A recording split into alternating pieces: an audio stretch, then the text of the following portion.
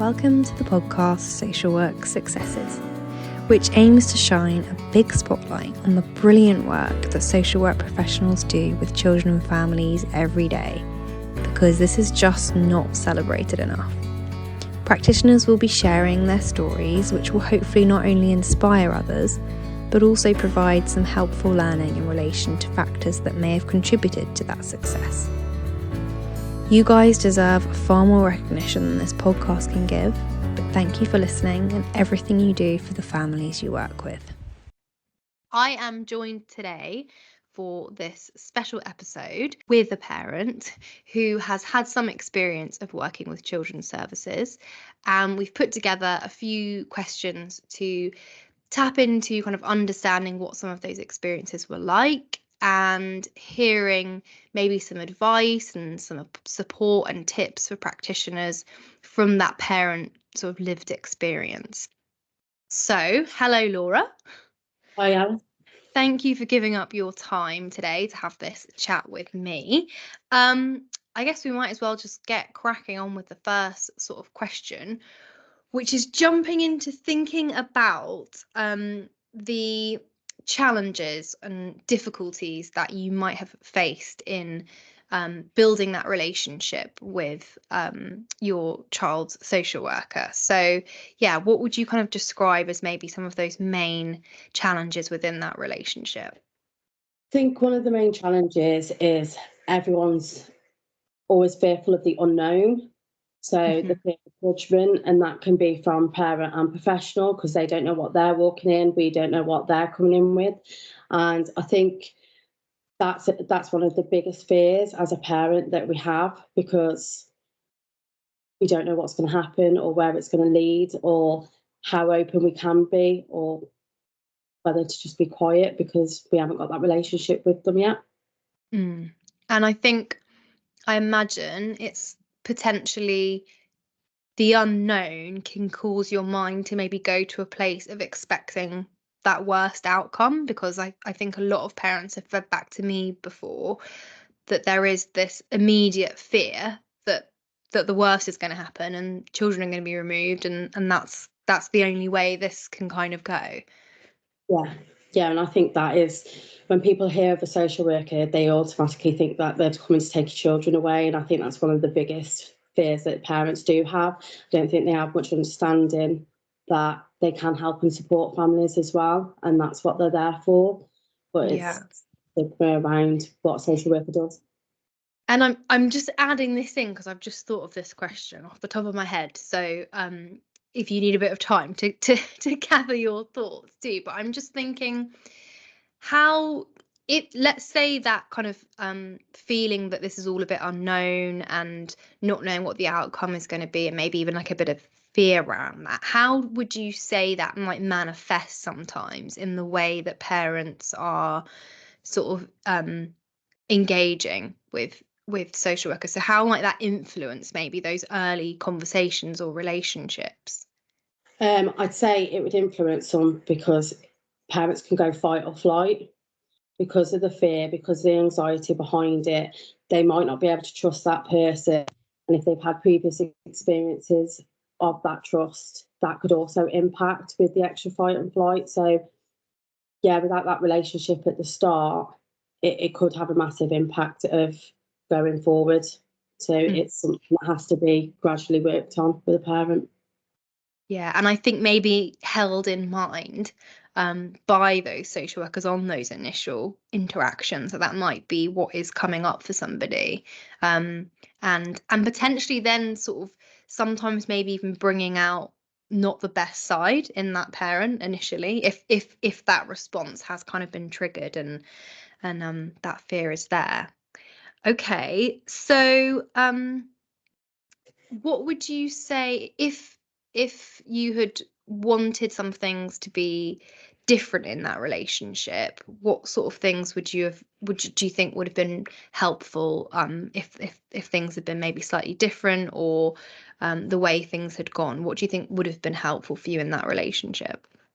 I think a lot of it is down to time and being able to have understanding of what's going on, being able to process it all. Consistency helps as well, like having that stability of having that one person who does engage with you. Because if you connect with one person and have that relationship, it's better for everything else rather than just having so many different people coming and asking the same questions over and over again. So, yeah, definitely consistency, because adults need stability in their lives as well as children.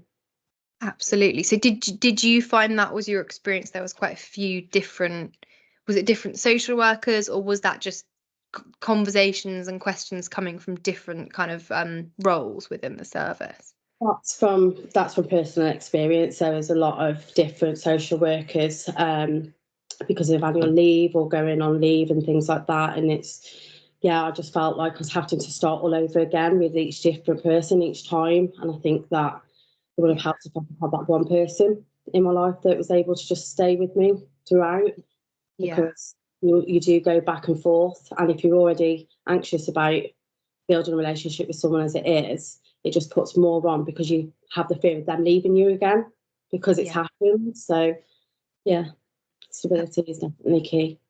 Yeah, that makes complete sense.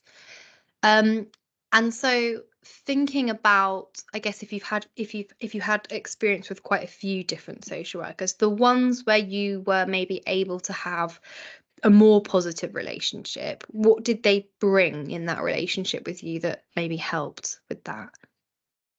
They shared some of them with me. So, like, I was able to build a relationship with someone who was able to say, "Oh, I understand because I have children as well." And I think because of that, that just made me feel a bit more like they understood what I could be going through with challenges of having children. And it's not, life isn't always easy. We do have challenges, and sometimes we do need that extra support. And so I think that helped me engage with that person, because she did come in and just empathised. Yeah, and it sounds like as well, if someone is able to kind of share a bit of themselves with you, that just helps, I don't know, with a connection, with kind of like softening that sense of that sort of maybe power dynamic sometimes that might exist, that then you can just see that person not for this sort of extreme professional, but they are an ordinary human being. And maybe there are some similarities there, and if they've had children. It's an interesting one because I know some social workers who maybe don't have children would then worry that, can they bring the same level of that relationship to you? So I guess I wonder if for those social workers that don't have children, if there might be other ways they can connect that doesn't necessarily have to be about that, but maybe similarities in something else. Yeah, because it's not just all about having children. And like, even when you're under children's services, this could be something about the parent or what they might be struggling. And the social worker might just be able to engage with them on something that they might have gone through in their journey. It doesn't just have to be about like having children. It can be just about life in general. It's Yeah. it's just in finding that connection with a person so that they're able to trust them and just speak to them in that. Yeah, and that's a theme that's come up quite a bit from the other episodes as well that where I've talked about the Dandelion group. And so yeah, this idea that actually feeling a sense of similarity and a sense of just being two people in a room who might be wanting to actually work towards the same things, almost in some way being like a team together rather than oppositions. Okay, so I had some questions that got put to me by other social work professionals because I didn't want this interview to just be solely my questions. I thought it would be good to hear from what other people might think would be helpful for us to chat about. So something that came up was a question from a social worker where she was wanting to know whether, if there were times in your relationship with these social workers that you maybe didn't understand something, or something was a bit unclear, or the process wasn't really explained to you, did you feel able to say that and to voice some of that? I think a lot of that boils down to some of the relationships that they have with their social worker. So, like everything else in life, you do you do need time to be able to process something. You do need to be able to have that chance of understanding. But if that relationship was there, you are able to ask questions, and you are able to say, listen, I don't quite know what you're saying to me. Could you explain it a little bit different? And I think that if that relationship's there, that's okay, because they're able to do that then and explain it in a different way to where that parent might understand. As parents do have things explained to them in different ways, and it's about breaking it down so that it's clearer.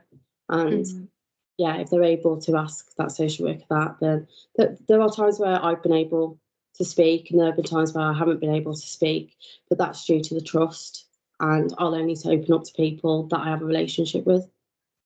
Yeah. And what do you think is that's actually one of the questions, isn't it, about trust, but what do you think is key to feeling able to take that next step and open up? Being able to have your voice to that social worker, and that social worker letting that parent have that voice. Okay, so I guess it's like about how you feel that is going to be received, the information that you are giving them. So feeling heard, I guess, is that? Yeah. Yeah. Okay. What would you say, what would your advice be to social workers about how to, from the start, try and build that trust? Because I think, as you just said, it's actually really important on both sides of that relationship. So what do you think, from your experience, would be helpful to help build that in? I think the best way to build a relationship is obviously starting with no judgment. And like, we all have our own stories, and like, from both sides, we all have had challenges. And it's about understanding them. So it's about being able to speak to that parent and asking them if they are comfortable in what they're doing, and meeting. And it's a lot of times, like, homes are a parent's safe place as well. But if that fear is there, working with that parent of how they're overcome that, Mm-hmm. and being able to speak to them about that.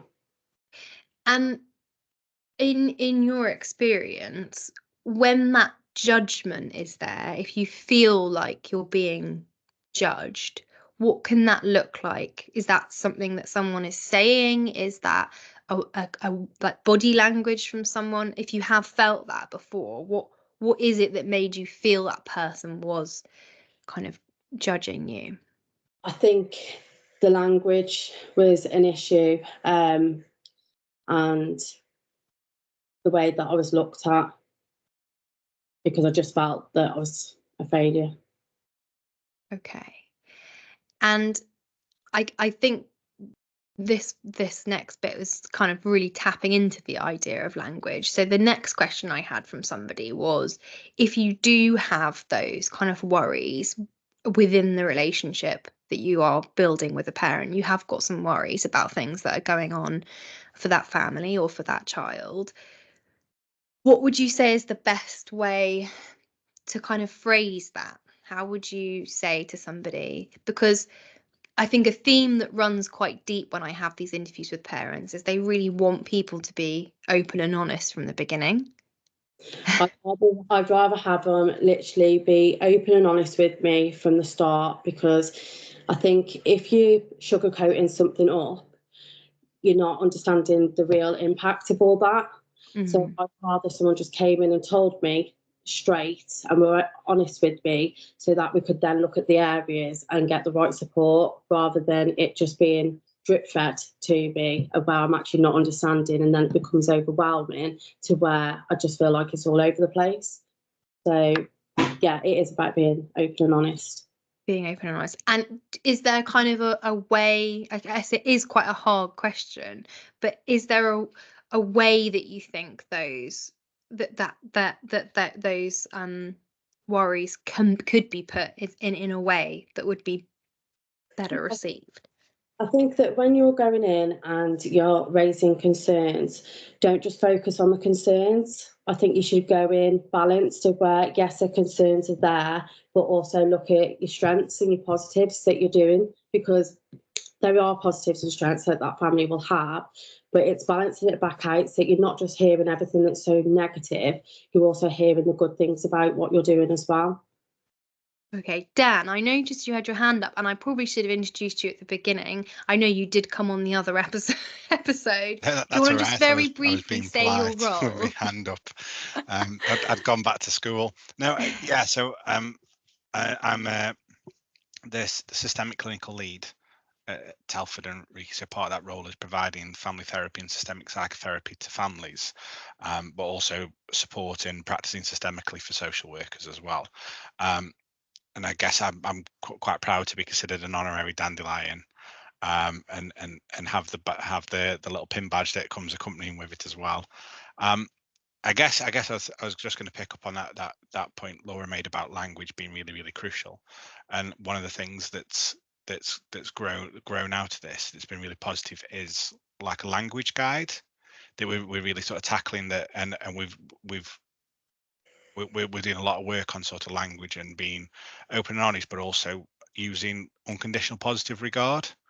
And I think that's something that's really helped. And I know Laura is part of a group of dandelions. Is that the plural term? But a group of dandelions who did some training for social workers during practice week, which involved like a role play, which involved like education on sort of like what to do and what to notice and things. And I guess we got some really positive feedback on that. And I think that was one of the things that came out of that was people were really starting to be conscious about the language that's kind of, I don't know, that seems to just only be used by social workers or only be used by professionals. And I know that's a theme that's kind of come up before, but I think it's been really positive to hear from Laura and people like Laura about actually the power that our words have when we go into people's homes. So yeah, I was just picking up on that. Isn't there something like you build an impression of somebody, or your brain makes an impression of somebody within like 0.5 of a second or something like that? It might be a little bit more than that, but from that initial, it's from that initial point of introduction and meeting someone and coming into someone's home that it really matters how you're coming across from the very beginning of that start of the relationship. So yeah, and language I think is key. I think sometimes there becomes like almost this sort of like jargon script of putting concerns or worries across. And yeah, it sounds like you guys have been sort of breaking away from that a little bit and being able to focus on how it feels to receive some of that language when you're on the other side of it.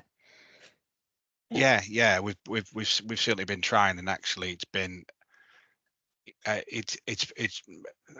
been really educational and really eye-opening actually to hear about actually the different meaning that words have in different contexts. And I know you said about making like an instant impression, but also I guess similar to something else Laura mentioned earlier, you're not even making a first impression because the first impression might have been made by your role or might have been made by the stories told about you. So actually, the first time we meet, actually, there's already been something written down in a referral. There might be a story about the family, and actually, families might hold stories about what social workers are like and what social workers do. So that first impression becomes even more important because I guess you're not starting from a blank page. If that's fair, you're starting from a point of, and I think Laura used the perfect word, fear. About actually like, this has to go right and this has to be, so we only get one shot at this type thing. And so I think when you come with like a story that gets attached to you or your professional identity, or for like what stories have been told about you to that professional, that first impression becomes almost even sharper. So the language in that moment, I think we I guess we always knew, but I guess we're really learning is absolutely crucial as a lot of things that parents have been telling us.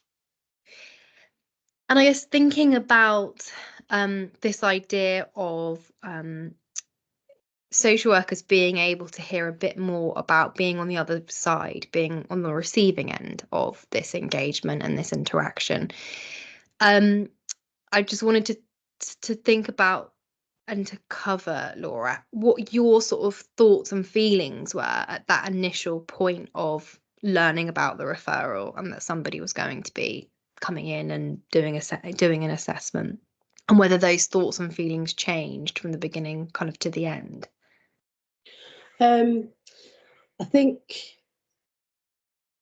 I was really worried when I was referred in, because I was asking for support. And I suppose as a parent, when you're asking for support, you sort of feel like you failed as well as a parent, because you're having to ask for help.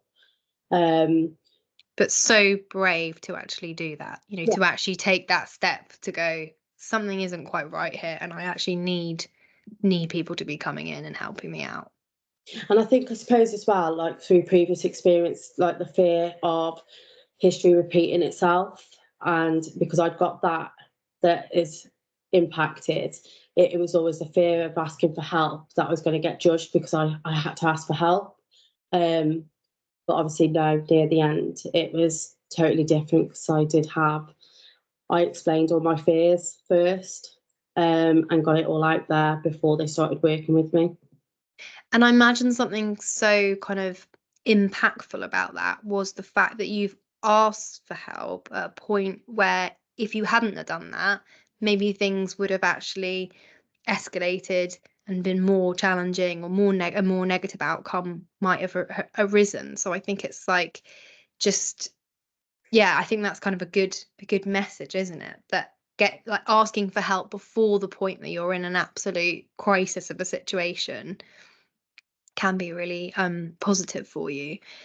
Okay. And then thinking about, I know when I on another episode when I talked with some of the professionals about the ways in which there had been some conversations about what it's like to be in a child protection conference, and this idea of maybe possibly having advocates be accompanying parents.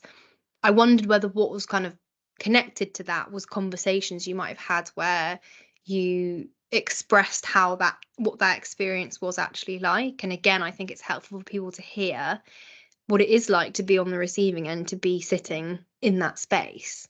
Yeah, so we have been doing a lot of work around child protection conferences, because it's quite a scary thing for a parent to go through. And so the ideas that we've been putting across is, it's not just about having an advocate, it's about parents being able to have a voice, because it can feel quite overwhelming with so many professionals in a room, and obviously everyone talking about all the concerns. And I think we sort of slide from the positives that are actually the things that are going well and their strengths. And I think we've tried to help with saying that does need to be more, because it could be just the little things, that just waking up in the morning is that positive for that mom that day if she's fighting a battle. And so there has been a lot of work from parents who have been through child protection conferences and how they can look different, because there is fear, there is anxiety. The fear of removal of children is definitely hard hitting, and so you're worried before you've even got there. So we have gone into talks, and we've done a video as well of sharing what a conference looks like, and hopefully that will help, as it's coming from parents explaining what a conference is like and sharing that they're there to help and support you. Yeah, and I think that feels like a bit of a theme coming from you, Laura, about this idea of making sure that you are that you are kind of acknowledging positive things that are going on for that parent as well, and they might need a reminder of that too, right, in order to kind of get out of maybe a headspace of feeling that the whole thing is becoming a very negative situation. To have someone actually bring out and highlight some of the things that are going well, I think in some ways that can put them in a better place to hear maybe some of the things that are needing to be supported on and worked on. But yeah, there's a lot kind of written about that anyway, and there's a lot of different local authorities trying to bring about a much more strength-based approach. But I don't think that's everywhere yet. But I think it's certainly something that needs to happen as much as possible. So this one is a bit of a if you had a magic wand kind of question. I think I'm going to ask Dan this one as well, but I'll go to you first, Laura. A lot of families obviously talk about services and things that they would like to happen or they would like to see available, but obviously it often comes down to funding and funding certain types of supports and groups and things. So I'm just wondering if there was a situation where children's services had like some sort of unlimited fund of being able to provide help for families, what do you think would be some important ways of spending that money that would be helpful? I think for me, it's getting more groups like ours with the lived experience parents, because I feel that going forward, when parents need that help and support, if it's parent to parent, they are able to empathise with them because they've been through something similar and they understand how it feels. And I think that because of that and because of how we can connect through similar experiences, it's about all that's the needs is someone to connect. It just takes the one who believes and that it's okay and you don't have to do it alone. And I think for me, that's more important to have parents supported through that way than having any money in a system, because it doesn't take money to show that you care. Brilliant answer. That is so good. Amazing. Thanks, Laura. I completely agree. I think, yeah, and it is crazy how potentially not having that connection, not having that more positive relationship could really shape the outcome for that child and that family. Like it's such an important part of that story of how things go. So yeah, Dan, good luck topping Laura's answer on that one. Am I supposed to follow that answer? And I've had time to think about it as well. I know. I can edit this bit out if you need me to. No, it's going to sound like I've copied Laura's homework, I think, but like changed it to my words. Because I was thinking, I think I'd try and find a way of buying more time for people to spend together. And I know that that's really hard, but actually we do get really focused on money and funding in social care, health, everything really. But I guess the power of relationships is what's really important. So if it was for social workers, if we could find a way of buying them more time with You need families. Bernard's watch. I mean, Yeah, okay. yeah. If that was the Queen's it nose, was that a was only money one. 50p. Yeah, Yeah. it wasn't a magic one, Dan. It's just a money one. But yes, let's go magic money and magical everything. Okay, yeah, that makes sense. Yeah. Buying, social workers more time to spend with families, and actually spending money to make sure that communities spend more time together. Because I think one of the things that we've seen, I think it was mentioned in like a previous example, is when you get a group of people together and connect them, the different routes of support become infinite. So it isn't just like support from one part of the system. People start to support each other. People start to connect with each other, and it's so crucial. It's something that the world was missing all the way through COVID. It's something that the world's still missing a bit now. People can become really isolated really easy, and that's nobody really does well when they're isolated, no matter what your circumstances are. So I think finding a way to invest that in community so that they can connect, so they can spend time with each other, so they can build relationships with each other. It reminds me of Dan Siegel. He talks a lot about moi, not me, but like seeing you as an individual, me, and seeing me as an individual, but we together. And then he merges that into moi, and the importance of like everyone having their autonomy, but of course merging together as well. And we've seen that with this group. I think hopefully for my opinion anyway, I think they've become more than the sum of the parts. What to do. Everyone was like a really important individual with a really important story coming into the group, but when people started connecting, some of those relationships have been forged. The group has taken on like a whole new identity of like combined knowledge, combined resources, combined energy, drive, passion, love for one another, So I think yeah, again, copying Laura's homework, that more groups, more time together, more space in the community for people to meet up and support one another, really. Yeah, the last question was just about advice that you would give to someone who is at the very start of their journey of choosing to become a social worker. And most people go into it because they really genuinely do want to try and help and support families. So what kind of advice would you give them at the start of this work? I think my advice would be time, being consistent, being as open and honest with the family as you can be, and building them relationships from day one. Because if you build that relationship from day one, it's more likely to look happier at the end rather than having a negative relationship that you've got to work really hard on in the middle and then at the end and it still might not be good. So yeah, building relationships in a more positive way. And just remember that don't judge someone's past, because it takes strength and courage to overcome some of their journeys. So they need to remember that everyone comes with a story, but you might not get to know all of it. You might only get to know parts of it, but that's okay. It's about working with them, not to them. Brilliant. Perfect. Thanks so much, Laura. That has just been really beneficial. And yeah, I think I mean I was gonna sum up there some of the things that have come out of this chat, but you've done that brilliantly already. I'm gonna have to do your homework now. But yeah, I think it's those messages are the same, and they are actually, it is quite common to have this sense of like wanting the openness, wanting the honesty, wanting the connection, wanting that kind of lack of judgment. But today, okay, we've talked a bit more about this strength-based idea and being able to bring in some of those amongst everything else that needs to be kind of covered and looked at and thought about. Thank you for listening. This podcast is really in its infancy phase, so please do like, share, subscribe, tell your colleagues, tell your managers, tell anyone else that you think might benefit. Thank you.